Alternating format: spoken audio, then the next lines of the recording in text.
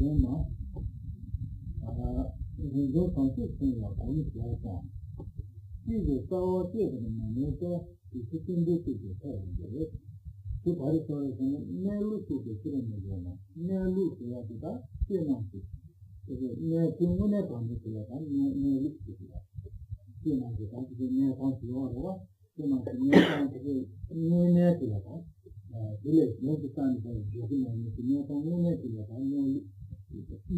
people the children you don't to be people kids you children this Gulanama, this is Gulanama, and you go to Lana. How can call it maybe one day to what in the money in the country before in the Lana. I can come back in the Lana, you just in the Lana. If you can meet the other, you're going in the yard, and it's very nice. Are you a paying money in order? You get power to come in there. How can call it power number for still put Le grand Tsongkhapa dit que si l'on n'est pas pourvu de la sagesse qui réalise la nature, donc c'est comme notre explicité ensuite, mais littéralement, donc si l'on ne possède pas la sagesse qui réalise la nature, si gens, Neluto Bashara Milenma,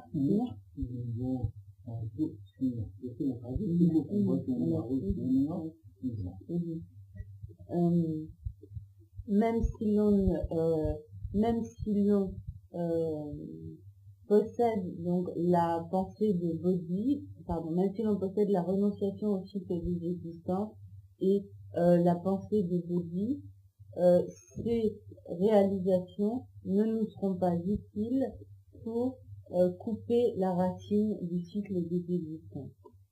Ce qui signifie donc que si l'on ne possède pas, si l'on n'est pas pourvu donc de la sagesse qui réalise la nature, c'est-à-dire la véritable nature des phénomènes, leur véritable mode d'existence, qui d'une façon dans leur mode d'existence qui est tel qu'il n'en existe pas d'autre, et donc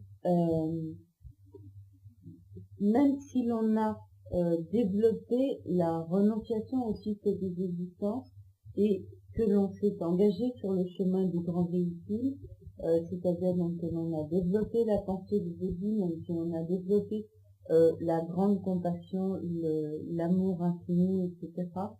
Donc, ces dernières réalisations, toutefois, ne pourront pas nous être utiles pour couper la racine du cycle des existences, si donc, comme il est dit en premier lieu, on n'a pas développé, si on ne possède pas la sagesse qui réalise la véritable nature des phénomènes.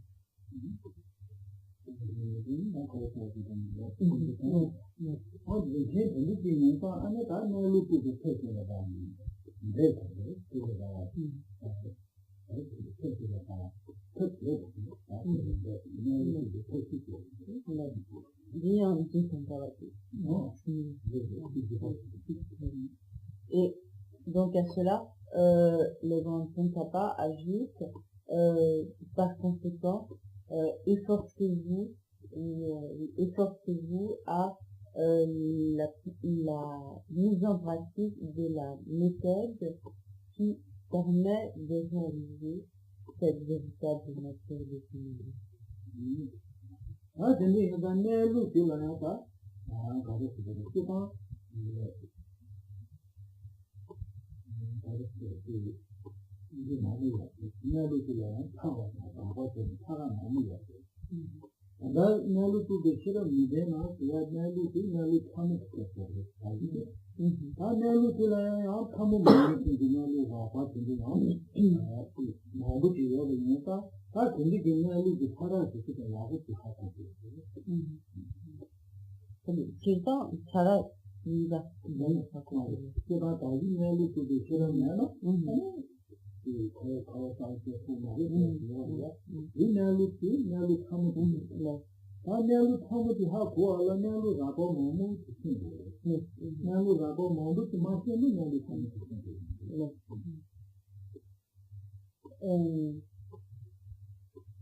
il y a comme plusieurs niveaux dans le mode d'existence des phénomènes. Mais lorsque Tsongkhapa donc parle dit donc il faut réaliser le véritable mode d'existence, le véritable mode d'existence des phénomènes. Il s'agit dans ce cas donc du mode d'existence le plus subtil des phénomènes. En effet, donc il y a dans le mode d'existence des phénomènes des niveaux grossiers et donc un niveau également beaucoup plus subtil, et donc la connaissance que nous devons acquérir, dont il est fait mention ici, donc c'est la connaissance du mode d'existence des phénomènes à un niveau subtil. Toutefois, pour pouvoir parvenir à cette connaissance du niveau subtil du mode d'existence des phénomènes, il est nécessaire au préalable d'acquérir la connaissance de nombreux phénomènes à leur niveau grossier.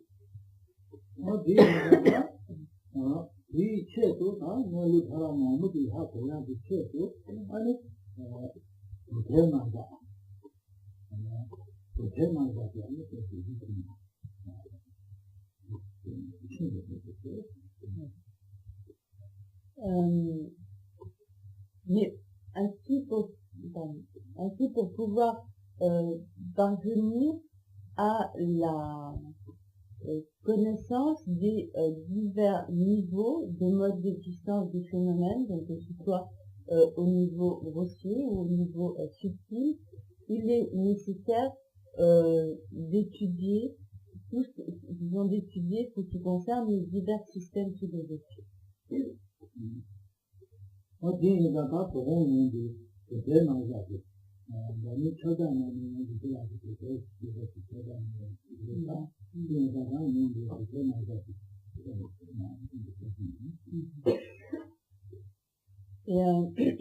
Donc dans le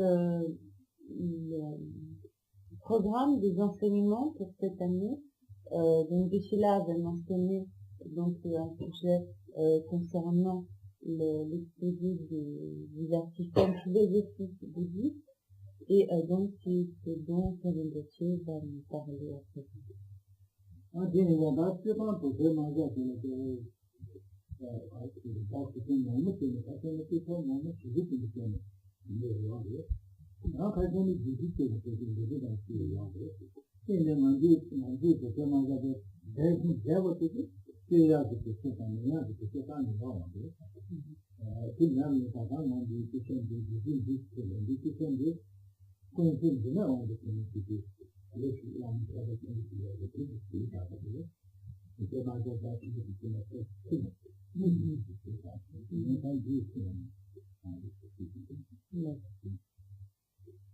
Il existe de très nombreux textes qui traitent de ces divers systèmes philosophiques. Il y en a qui sont très volumineux et donc très détaillés, et d'autres qui sont beaucoup plus résumés. Et le texte sur lequel Rinpoché va baser son enseignement sur le système philosophique est un texte donc qui tire l'essentiel de ces points sur les systèmes philosophiques, et qui est un texte composé par le maître tibétain Khyentse Jingyalngon. Et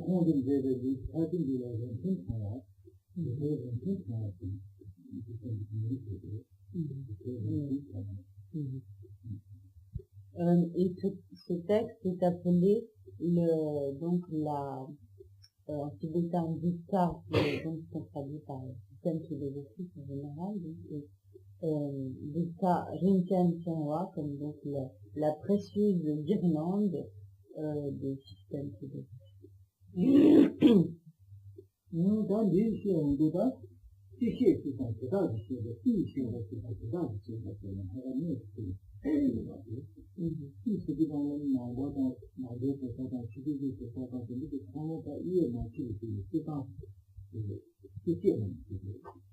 ça dessus on dit année pas ce que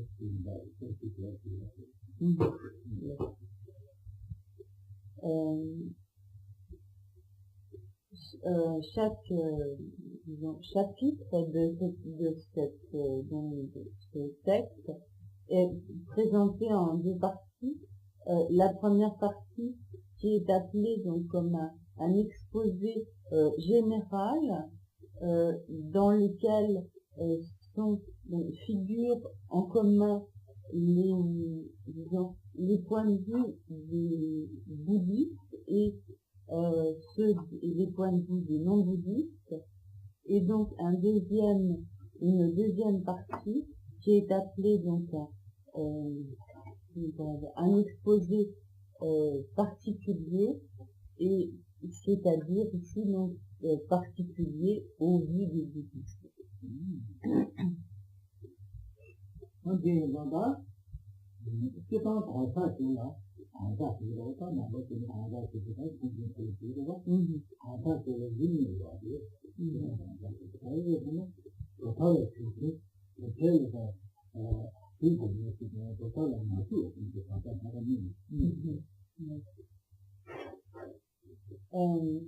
De manière générale, il y a comme deux types d'individus: ceux qui sont comme engagés dans un système philosophique et ceux qui ne sont engagés dans aucun système philosophique.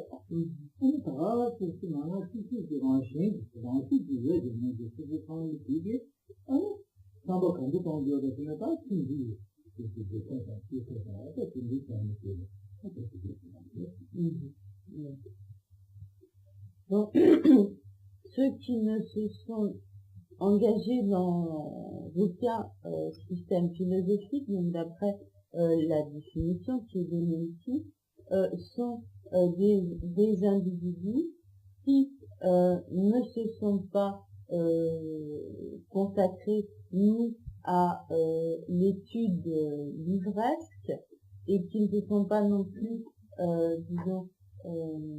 consacrés à de profondes analyses ou investigations philosophiques, mais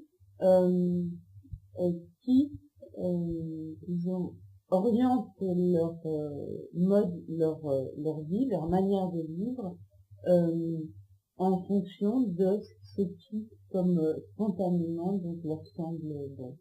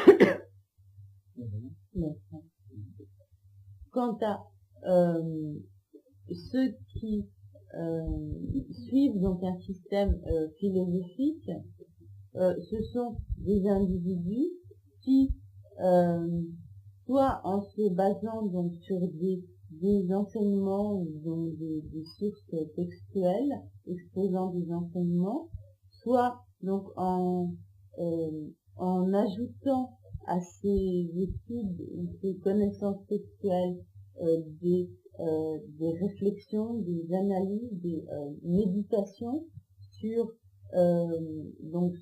ces points, parviennent à une forme disons, de conviction inébranlable qui fait que pour eux, il n'existe pas d'autres vérités, d'autres réalités que ce qui est affirmé donc par ces systèmes philosophiques donnés et qui, donc, en se basant sur les convictions de l'exactitude de ce qui est exposé par ces systèmes philosophiques, orientent, disons, agissent pour le bonheur de cette vie et de vie future.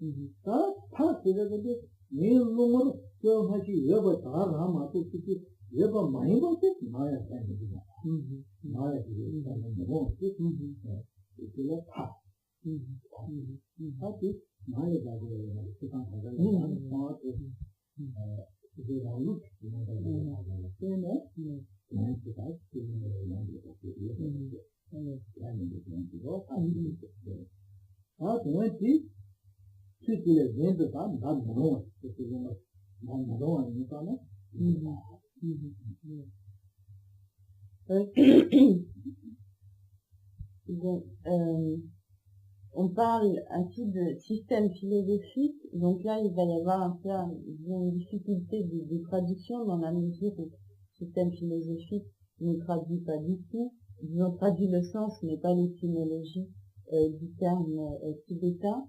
Donc le terme tibétain qui est traduit donc par système philosophique est Dutta, et en fait Duk signifie littéralement comme établir, enfin, il y a divers sens, mais dans ce contexte particulier, il signifie disons comme établir, en ce sens que ce sont comme comme les convictions que l'on établit, qui sont établies comme par son propre esprit, de manière telle que pour l'esprit de l'individu qui a analysé les enseignements d'un système donné, il n'y a pas comme d'autres possibilités que cela qui puisse être établi. Et donc, ce qui est donc on parle de établi ou de parce que c'est donc la conviction à laquelle l'individu d'un système philosophique donné parvient donc de par l'analyse, l'investigation, l'étude, plutôt l'étude, l'analyse, l'investigation. Et donc le terme ta, donc qui va avec double ta, donc qui est le terme tibétain que l'on traduit par système philosophique. Ta littéralement signifie comme l'extrême ou la limite, l'extrémité, mais dans ce cas particulier, cela signifie que lorsqu'un individu est parvenu à établir une certitude sur un point philosophique, au-delà de cette limite, il n'y a rien d'autre qu'il puisse établir qui soit comme contraire à ce que son raisonnement ou donc son attachement, disons, à ce système philosophique lui a permis donc d'établir à l'intérieur de certaines limites. Pour donner disons un exemple plus concret, si l'on considère donc un individu qui suivrait un système philosophique bouddhiste, donc pardon, c'est donc son étude, ses analyses des enseignements bouddhistes, sa connaissance des enseignements bouddhistes, leur ont amené à établir l'existence de renaissance passée, de renaissance future. Et donc ce sera dans ce cas précis ce qu'il aura établi. Et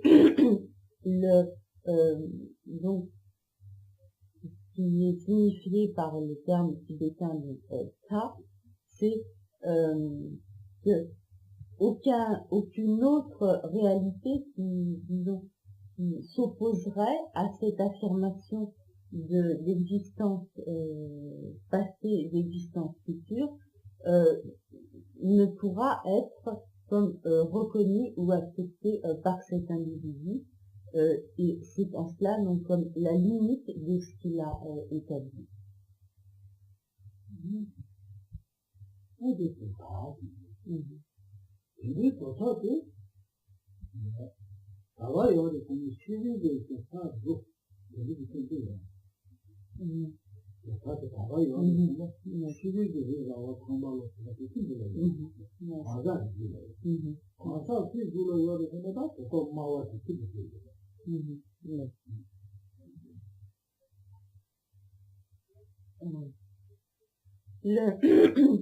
Et donc, dans chaque fois, on sera un petit peu gêné dans les termes de parler de système philosophique, parce que ça ne cadre pas tout à fait avec l'étymologie du terme tibétain, mais comme en français, c'est autre suggestion. On n'a pas tellement d'autres possibilités, je pense à là dans ce terme de système philosophique. Et donc, où ces systèmes philosophiques existent-ils? Il n'existe pas, disons, par exemple, dans les montagnes, dans les plaines, dans des lieux extérieurs, mais ils existent dans l'esprit des individus. Contact-du là, avec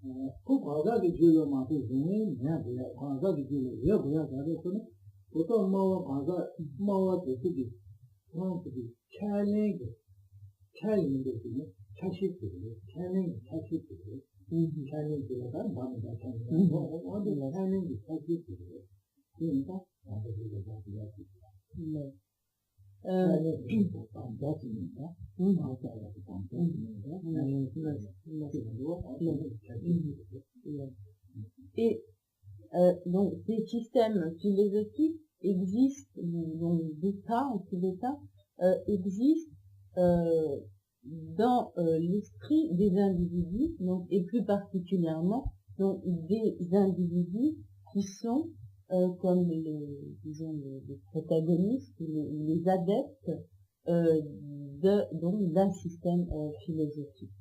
Et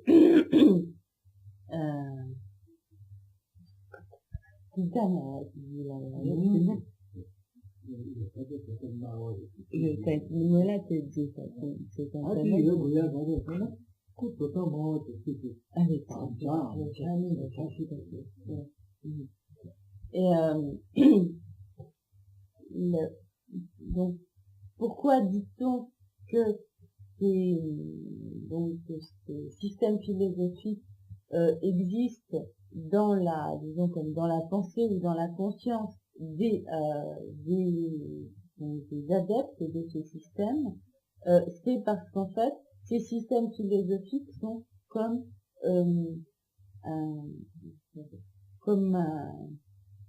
un aspect de ce qui constitue, ou un aspect ou une partie de ce qui constitue les affirmations de ces individus.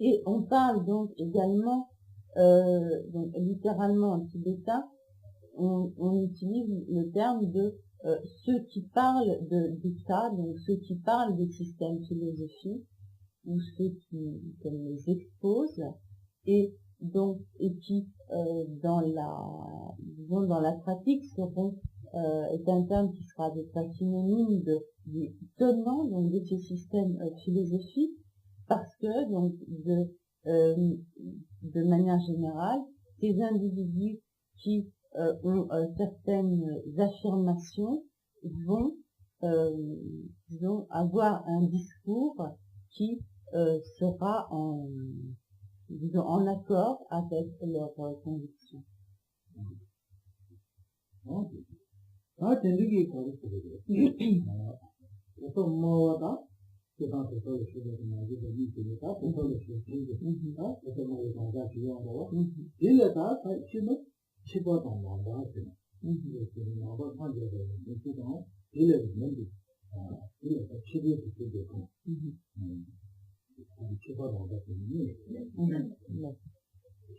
Et donc, nous avons vu ainsi la distinction qui est faite entre ceux qui ne sont pas des tenants d'un système philosophique et ceux qui sont donc des tenants d'un système philosophique. Maintenant, parmi l'ensemble de ceux qui sont des tenants d'un système philosophique, il est également fait une distinction entre les tenants de systèmes philosophiques bouddhistes et les tenants de systèmes philosophiques non bouddhistes.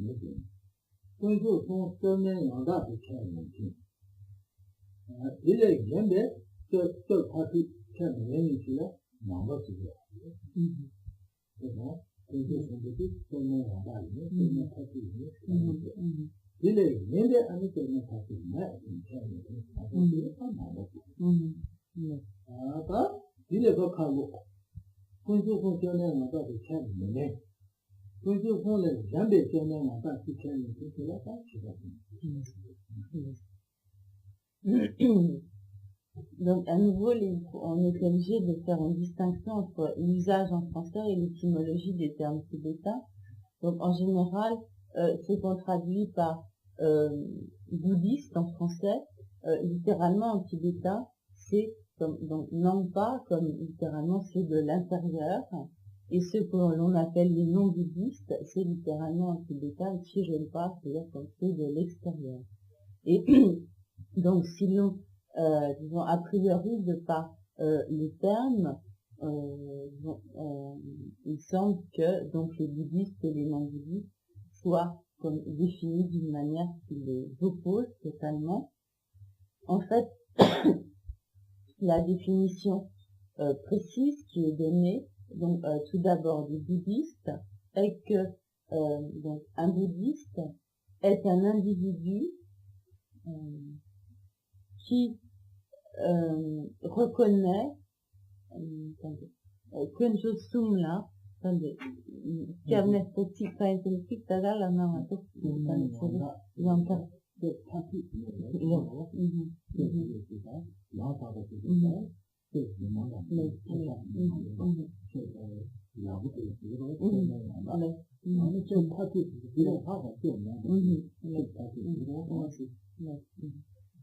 Donc, un bouddhiste est un individu qui reconnaît le triple joyau comme un ultime ou disons un parfait ou ultime refuge et pour lequel il n'existe pas d'autre refuge ultime que le triple joyau.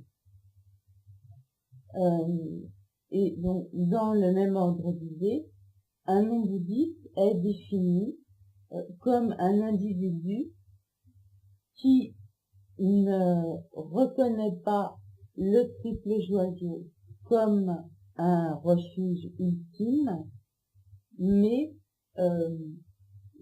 pour qui donc un refuge ultime ou parfait est autre que le triple joyau.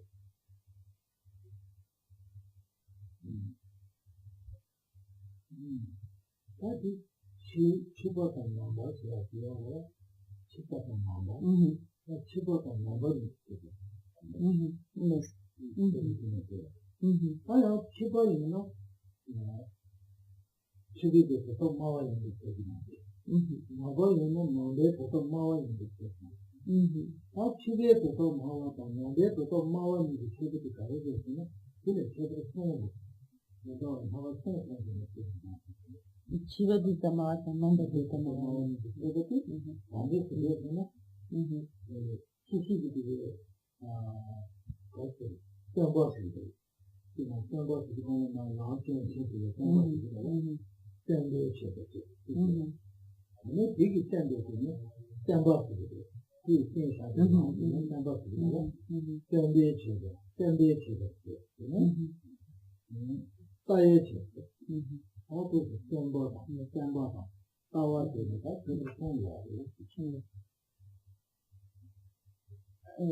Donc, ceci définit donc comme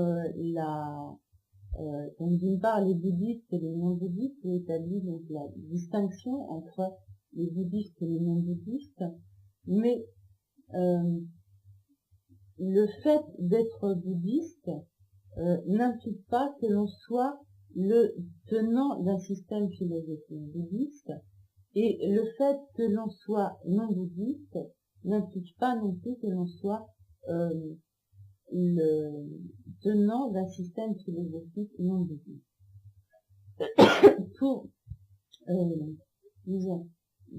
Pour ce qui est des tenants des systèmes philosophiques, donc les tenants des systèmes philosophiques bouddhistes et les tenants des systèmes philosophiques non bouddhistes se distinguent en fonction de trois aspects. Du point de vue du maître qui expose la doctrine de ce système, du point de vue de la doctrine elle-même, et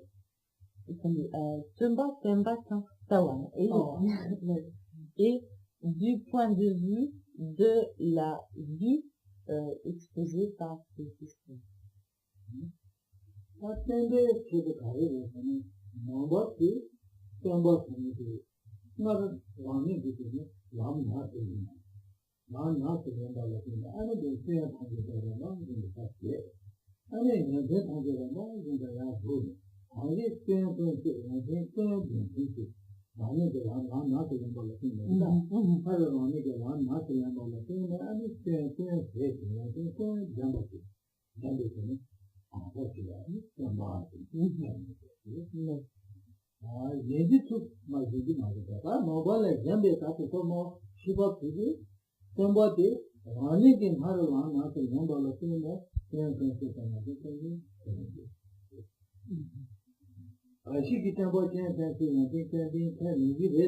là, quand il y a un matin, il y a un jour, il y a un jour,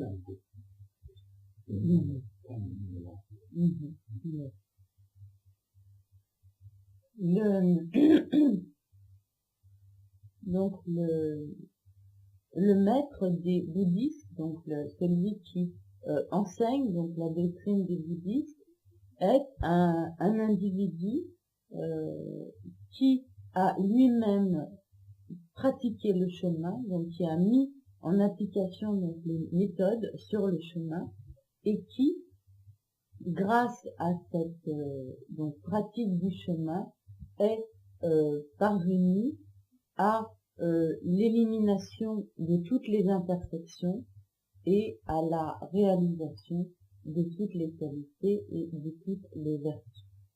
Donc, ce qui caractérise le maître donc, pour les bouddhistes. Le maître donc, expose la doctrine.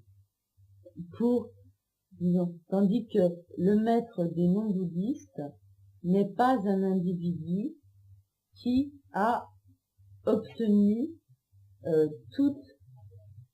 la réalisation de toutes les vertus et l'élimination de toutes les imperfections par la pratique progressive du chemin. En effet, il y a, certes, dans les systèmes non bouddhistes, des affirmations de l'existence d'un maître qui soit doté de toutes les qualités et qui soit dépourvu de toute imperfection, mais dans ce cas, il ne s'agit pas d'un maître qui ait lui-même pratiqué le chemin, mais d'un maître qui existe depuis toujours, qui existe spontanément avec toutes les qualités et comme étant dépourvu de toute imperfection. Et donc en cela, il est donc un maître non bouddhiste et donc ne correspond pas à la définition du maître pour les bouddhistes.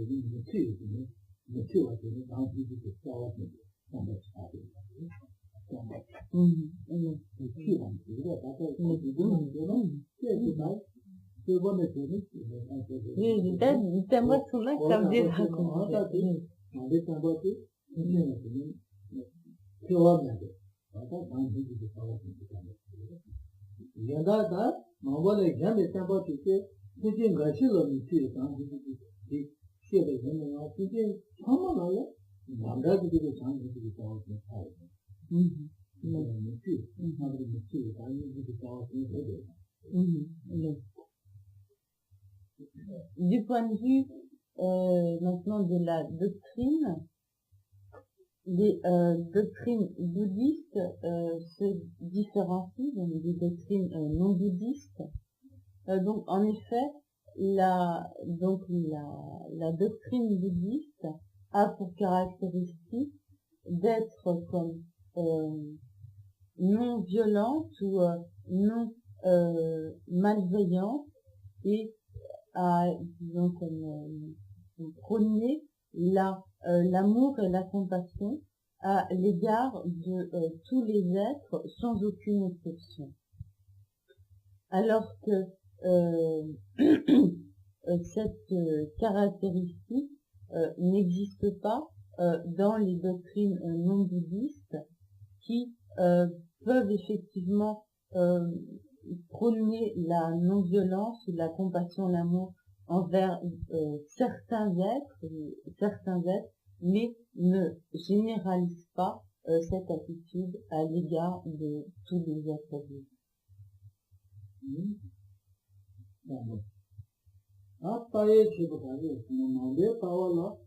Kwanza tunataka dunia yake, roho yake, dunia yake. Nani dunia yake roho yake tunataka ile ni kwa maana hiki hapa ni roho. Kwanza tunataka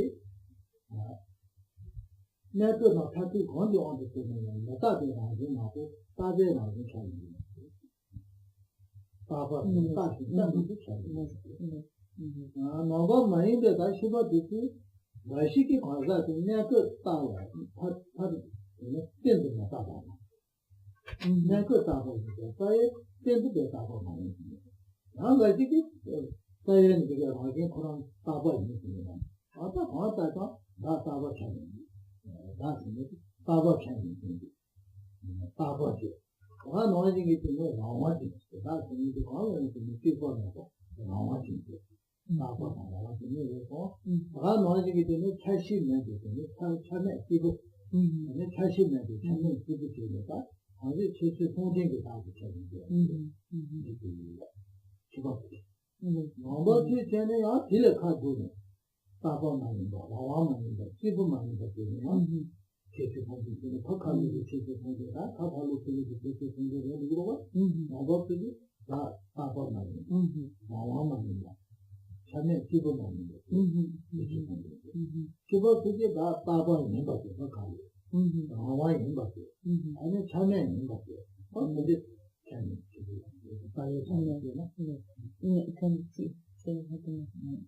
Nekab ni talpa c'est bon ma fille dit quoi c'est pas bon moi c'est là je vois que c'est pas bon là on va moi je suis mal je me suis dit on va tout de suite va quand bon là c'est pas bon là on va là 다 되게 참여하는 거 사실 참여하는 거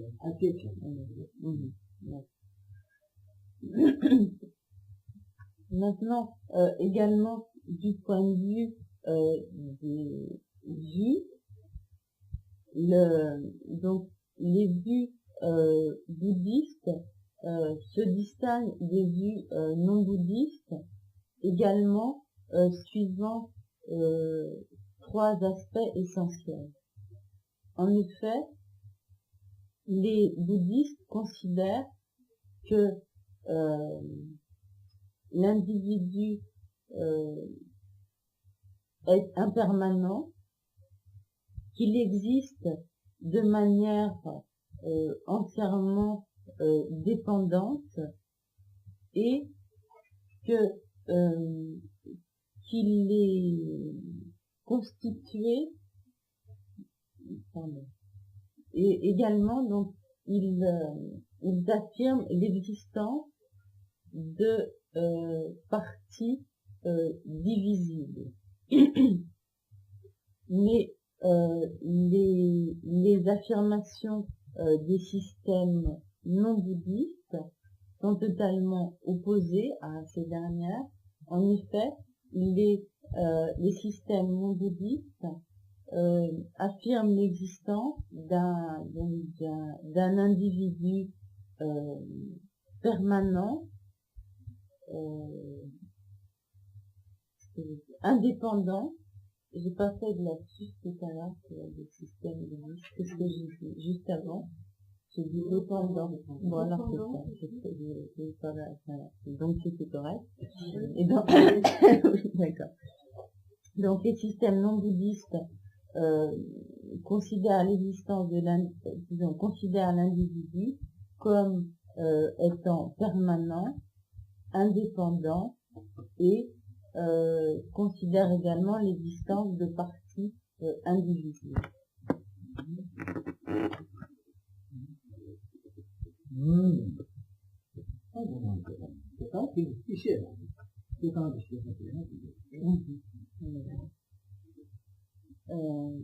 Donc, pour ce qui est de la division en explication ou exposé général et donc exposé particulier ou spécifique, donc ceci conclut les explications générales. 제가 시고 제가 치는 시기는 아니 지게 됐어요. 먼저 됐어요. 네.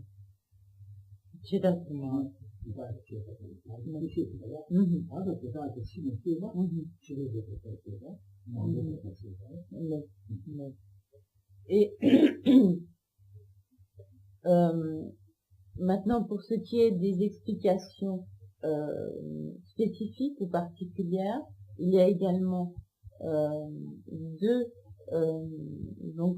parties, donc l'exposé des systèmes philosophiques non bouddhistes et l'exposé des systèmes philosophiques bouddhistes. 되게 많아요. 어느 곳에서 까지 도움이 되는 거야.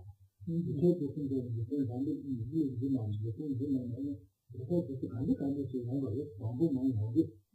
너무 좋죠. 나블린도 참. 나는 너무 참 그거는 나블린도 비요. 내가 봐도 진짜 내가 봐도 진짜 너무 좋아요. 그게 뭐예요? 이거 뭐 그렇게 내가 봐도 진짜 내가 봐도 진짜 다 뭐지 그 뭐 나올로 그거 이게 이해를 해주잖아요. 그게 이해를 해서 그게 이해를 해서 그래서 시리즈를 나오게 되면 이게 이해를 해주는 거예요. 다 뭐지 다시 아주 이미 코피되고요. 이 form을 지키는 거예요. 그래서 제가 아주 그랬어요. 문에 되면은 뻔되고 근데 말에 되면은 뻔 되거나 그러면 문제를 하나 제가 해야 돼요. 그거 시키지야.